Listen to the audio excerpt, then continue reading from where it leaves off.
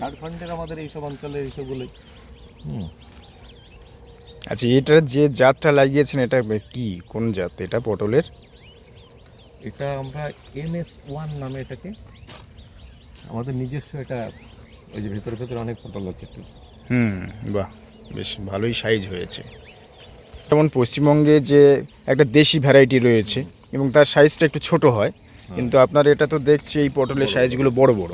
ও তো এখন এই সময় দেখতে পাচ্ছেন না, মানে যখন ওই দিক থেকে বড় জমিতে বড় পটল হবে, বড় পটল দিতে নিয়ে পটল জমি এখন সবজি নেই তো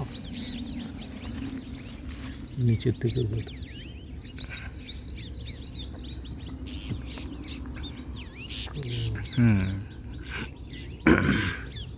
ঠিক আছে। আমরা রয়েছি ঝাড়খণ্ড শালবনীতে, এবং এখানে যে মহামিলন সেবাশ্রম সঙ্গে যিনি মহারাজ রয়েছেন তারই প্রচেষ্টায় অত্যাধুনিক পদ্ধতিতে, যেগুলো কৃষিকাজে আমরা বিভিন্ন অনুষ্ঠানে বলে থাকি যে সায়েন্টিফিক ওয়েতে চাষাবাদ যদি করি তাহলে কৃষি থেকে মুখ ফিরিয়ে নেওয়ার যে মানসিকতা সেটা হবে না, এবং কৃষিতে যথেষ্ট যে লাভ রয়েছে সেই ব্যাপারটা আপনারা দেখতে পাচ্ছেন।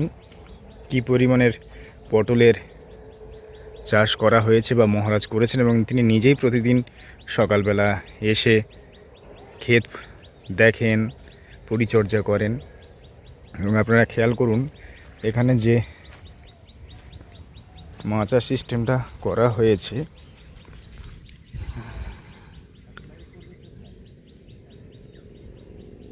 এইরকমভাবে মাচা রয়েছে এবং তার নিচে আবার কোথাও কোথাও লঙ্কা, কোথাও বা ওল, কোথাও পুঁই শাক, সেগুলো তিনি লাগিয়েছেন, যাতে একই জমিতে শুধুমাত্র একটা ফসল না পেয়ে সেখান থেকে চাইলে একসঙ্গে 2-3 রকমের সবজি পেতে পারেন আর কি। আমরা একটু আপনাদেরকে দেখাবার চেষ্টা করলাম যে ঝাড়খণ্ডের মতো এরকম একটা রুক্ষ জমিতে কিভাবে পটল চাষ হয়েছে, সেই সঙ্গে মাঝে কুঁদরি রয়েছে, এবং আরও একটি ফিল্ডে মালচিং পদ্ধতিতে, যেটা আমরা বিভিন্ন অনুষ্ঠানে বলে থাকি যে মাটির স্বাস্থ্য রক্ষায় মালচিং, এটা নিয়ে সাম্প্রতিক একটা অনুষ্ঠানও আপনারা শুনে থাকবেন আকাশবাণী কলকাতাতে, এবং সেটা আমারই করা। তা সেই রকম একটি সিস্টেম এখানে রয়েছে। এই সমস্ত কারুকার্য বা এই সমস্ত মস্তিষ্ক প্রসূত জারি বা সায়েন্টিফিক ওয়েতে চাষবাসের চিন্তাভাবনা যিনি পরিকল্পনা করেছেন, তিনি এখানকার যিনি মহারাজ রয়েছেন, সেই মহারাজেরই মাথা থেকে দেখানো পথেই তার যে সমস্ত ছাত্রছাত্রী এখানে থাকে বা কিছু লোকজন যারা থাকে তারা পরিচর্যা করেন। তা সেই মানুষকে আমরা পেয়েছি, তার মুখ থেকে কিছু এই চাষবাস সম্পর্কে কিছু কথা একটু আপনাদেরকে শোনাবো। মহারাজ, আপনাকে প্রণাম।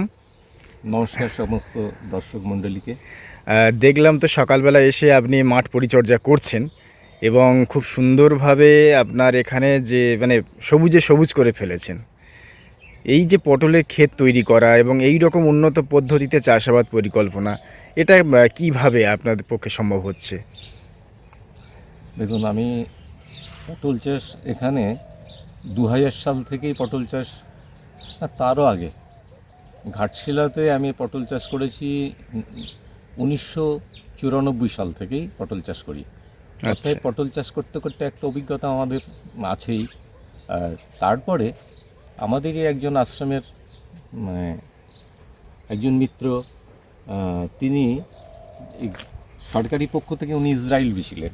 আচ্ছা, উনি ইসরায়েল টেকনোলজি, যেটা ড্রিপস, যেটা মালচিং পদ্ধতি, এইগুলো শিখে এসে আবার আমাদেরকে ভালোভাবে সেই শিক্ষাটা আমাদেরকে বোঝালেন। তখন আমরা মালচিং এবং এই ড্রিপসের যে সুবিধা সেইটা আমরা এখন নিয়ে থাকি। আচ্ছা, তাতে আমাদের চাষ অনেক উন্নত হয়েছে, অনেক কম জলে, কম লেবারে চাষের উপকার পেয়ে থাকি আমরা। এখানে আপনার এই এটা কতটা জায়গার উপরে চাষ করেছেন? এখানে চাষ হয় সব মিলে 4 একর। 4 একর। আর গাছ কতটা লাগিয়েছেন? পটল চাষটা যেটা হয় সেটা আপনার 2 বিঘা জমির মতো পটল চাষ হয়। অন্যান্য চাষ সব রকম, আলু, আপনার তরমুজ চাষ, শিম চাষ হবে, আর ম্যাড্রাসি, ওল, বেগুন, নেনুয়া এক্সেট্রা চাষ থাকে, কিন্তু মেন পটলটা যেটা হয় সেটা 2 বিঘা চাষ হয়। যে এই যে পটল চাষ করেন 2 বিঘা জায়গা জুড়ে, সেখানে তো প্রচুর একটা পরিশ্রমের প্রয়োজন রয়েছে, বা লেবার যেটা হয় সেগুলো কোথা থেকে ম্যানেজ হয়? সেটা আমাদের আমরা যেখানে এই যে ঝাড়খণ্ডের পূর্ব সিংভূম এরিয়াতে আছি, জামশেদপুর থেকে প্রায় 25 কিলোমিটার ভেতরে, সেখানে লেবার পাওয়া যায় না। সাধারণত লেবাররা সবাই প্রমোটারের আন্ডারে কাজ করতে যায়। অতএব আমরা আমাদের আশ্রমে একটি ছাত্রাবাস আছে, সেখানে যে ক্লাস 10, 11, 12-এর যে সিনিয়র স্টুডেন্ট যারা আছে তাদেরকে সবাই নিয়ে আমরা একসঙ্গে মিলিতভাবে আমরা কাজ করি। মানে যারা ছাত্রাবাসে থাকেন তারা শুধুমাত্র পড়াশোনার মধ্যে সীমাবদ্ধ নেই, তাদের মধ্যে প্রকৃতির পাঠটাও দিচ্ছেন। পড়াশোনার সঙ্গে সঙ্গে ওদের একটা ফুটবল খেলবার একটা টিম আছে, ওদের লাঠি খেলবার একটা মানে টাইমের সঙ্গে ওরা ভালো লাঠি খেলা শিখেছে। বাহ, বেশ ওরা গো পালন, আপনার হাঁস পালন, মুরগি পালন এবং বিভিন্ন রকমের চাষ, মানে নার্সারির অনেক কাজ, সমস্ত কাজটা ওরা শেখার সুযোগ পায়। বাহ। আর এটা ধরুন এই এত 2 বিঘা জায়গা থেকে আপনি পটল চাষ করেছেন, এই পরিমাণটা ফলন যদি আমরা কথা বলি, কি পরিমাণে ফলন পান? ঝাড়খণ্ডের আমরা যে এখানে আছি, এখানে আমরা আশানুরূপ ফলন পাই না, কেননা ওয়েস্ট বেঙ্গলে এইসব মৌসুমি বায়ু ওখানে পটল চাষের জন্য খুব উপযুক্ত মাটি, সেখানে যে ফলটা পাই তার থেকে আমরা কি বলবো অনেক কম ফলন পাই। আমরা বিঘা প্রতি 8 মণ থেকে 10 মণ ফল আমরা উইকলি পাই। আচ্ছা, হ্যাঁ সেটা স্বাভাবিক, যেহেতু এখানে মাটির গুণগত মান সেগুলো তো রয়েছে, সেগুলোর সঙ্গে প্রতিকূল পরিস্থিতি থেকেই আজকের আপনি আপনারই প্রচেষ্টায় অনুকূল করে ফেলেছেন এবং চাষও করছেন, যেটা আমরা আস্তে আস্তে দেখছিলাম যে এখানে এতদ অঞ্চলের মাটির মান খুবই খারাপ। সেই জায়গা থেকে দাঁড়িয়ে এই রকম একটা চাষ করা, সেগুলো কেমনভাবে করলেন, মানে যদি একটু শুরুটা বলেন, মাটিটা কিভাবে প্রস্তুত করলেন যার ফলে এত সুন্দর গাছ হয়েছে? মাটি প্রস্তুত একজন বিজ্ঞ চাষির অভিজ্ঞতা, যেটা আমি আশ্রমবাসী মানুষ আরেকবার বলছি, যেটা আমি বুঝেছি বা যেভাবে আমরা চাষ করি, সেটা চাষির প্রথম কাজই হচ্ছে মাটি তৈরি করা। এই মাটি তৈরি করাটা, যেখানে আমরা আছি খুব ড্রাই এরিয়া, এখানে জলের খুব কমই ছিল, বিভিন্নভাবে আগাছার জন্ম বেশি হয়, মাটিতে গোবর সার দিলেও খুব একটা ভালো কাজ করে না, এখানে বালির মাত্রাটা অনেক বেশি। এরকম একটা জায়গায় বারবার মাটিটাকে চাষে আনার জন্য প্রথমত শাক চাষ, মূলো চাষ, এইভাবে আমরা 1-2 বছর ধরে শুধু শাক চাষ, মূলো চাষ, ফুল চাষ এইসবগুলো আমরা করতাম। আচ্ছা, ধীরে ধীরে তারপরে সবজি চাষে এসেছি। সবজি চাষে এসে যেসব সবজি 3-3.5 মাসের মধ্যে মানে জমি আবার ক্লিয়ার করা যায় সেই চাষই আমরা করতাম। তারপরে যেমন কুমড়া চাষ, এটা আমরা করতাম।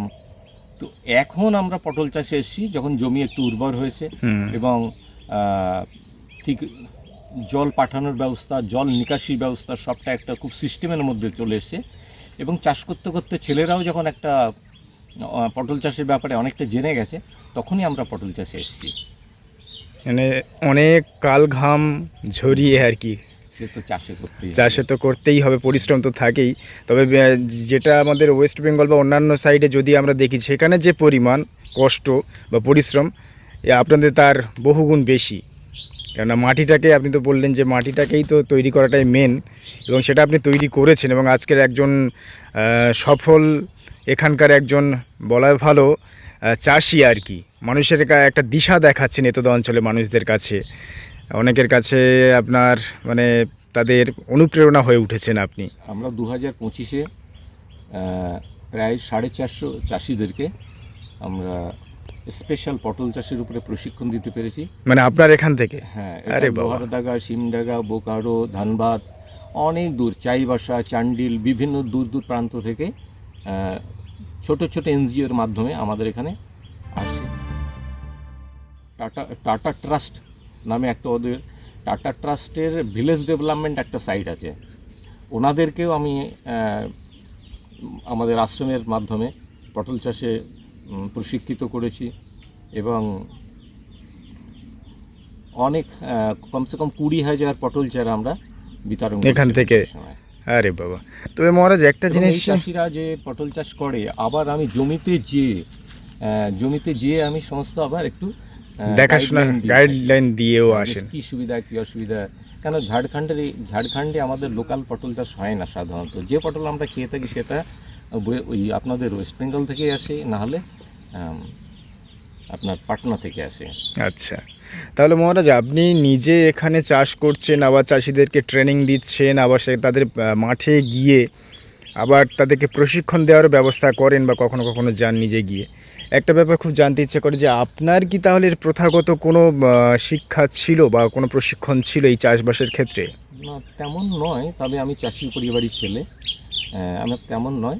কিন্তু আমি আশ্রম জীবনে আসার পরে নিজেকে অনেকটা মানে আত্মচিন্তার মাধ্যমে আমি বুঝেছি একজন বিজ্ঞ চাষি তিনি প্রকৃতির শ্রেষ্ঠ গুরু, একদম। যিনি মাটি তৈরি করে একটি সুন্দর গাছ এবং সেই গাছ থেকে ফল তৈরি করে এবং সমাজ জীবনকে এগিয়ে নিয়ে যেতে পারেন। চাষির মনটা খুব সহজ সরল হয়, পরিশ্রমের মধ্যে শারীরিক অনেক উচ্চ সাধন হয়। অর্থাৎ চাষটাকে আমি অনেক ভালোবেসে ফেলেছিলাম আশ্রম জীবনে এসে। আচ্ছা, অনেকেই বলেছিল এই পটল চাষ করে কী হবে, একে তো আমার আশ্রম জীবন, তার উপরে আবার পটল চাষ। তবে এটা ঠিক ঈশ্বরের একটা আশীর্বাদ যে এই পটল চাষের মাধ্যমেই আজকে কিন্তু আমাদের আশ্রম অনেকখানি আমরা এগিয়ে নিয়ে গেছি, যার মাধ্যমে বিভিন্ন অনাথ বাচ্চা, গরিব বাচ্চা তারা পড়াশুনোর সুযোগ পায়। গ্রামগঞ্জের দূর দূর গ্রামের কারোর যদি কোনো পেশেন্টকে হসপিটাল নিয়ে যেতে হয়, তবে আশ্রমের মাধ্যমে তারা একটু অ্যাম্বুলেন্স ফ্যাসিলিটি পান, এবং সেটাও আমার স্টুডেন্টরা সেই সার্ভিসটা দিয়ে থাকে। ওরা ড্রাইভিং শিখেছে। এছাড়াও আমরা সমাজের নানা রকম কাজ করি, যেমন আপনাকে blood donation camp, eye camp, আপনার মেডিকেল ক্যাম্প, এগুলো সব কিন্তু মেন পরিচয় হচ্ছে আমরা পটল। এই পটল থেকে আস্তে আস্তে আশ্রমের পরিচয় হয়েছে। এই পটলের মাধ্যমেই বিভিন্ন কোম্পানির সঙ্গে আমরা যুক্ত হয়েছি। অনেক ভালো ভালো এনজিও এখানে আমাদের সম্মিলিত হয়েছে, একটাই সেটা হচ্ছে পটল চাষ। এছাড়াও তো আপনার এখানে যে মালচিং সিস্টেম রয়েছে, সেখানে একসময় আলু চাষও করেছেন, বা শীতকালীন বিভিন্ন যে সমস্ত সবজি সেগুলোও করেন, করি, ওল চাষও হয়েছে, বিভিন্ন চাষ হয় মানে সব রকম এখানে আশ্রমিক এরিয়ার মধ্যে যতগুলো সম্ভব। যতটা সম্ভব। এবং এগুলো কি শুধু এই আপনার আশ্রমিক যারা রয়েছেন তাদের খাওয়া দাওয়ার জন্য করা হয়, নাকি এটা বাণিজ্যিকভাবে হয়? না, উদ্বৃত্ত সবজিটা বাজারে পাঠানো হয়, হুম, এবং এটাই আমার মেন ইনকাম সোর্স। আচ্ছা, এই মানে চাষবাস থেকে যেটা হয় সেটাই আপনাদের আশ্রমের খরচাপাতি, সেগুলোই বিশেষত ওইগুলো। তা এখানে এই এত পরিমাণে পটল চাষ হয়েছে বা করেছেন এবছর, এগুলো বেচাকেনা কোথায় করবেন আপনারা? এগুলো এখান থেকেই নিয়ে যায়। ও, এখান থেকে হয়ে এখান যায়? থেকে ব্যাপারীরা নিয়ে জামসুদ্দুর বাজারে নিয়ে যায়। আমি এখানে বসে 40 টাকা কেজি হিসাবে আমি দামটা পাই। আচ্ছা, বাহ। সব সময় হয়তো বাজারের দাম ওঠানামা করে চালানি মাল, কিন্তু আমাদের লোকাল পটলের খুব ডিমান্ড আছে।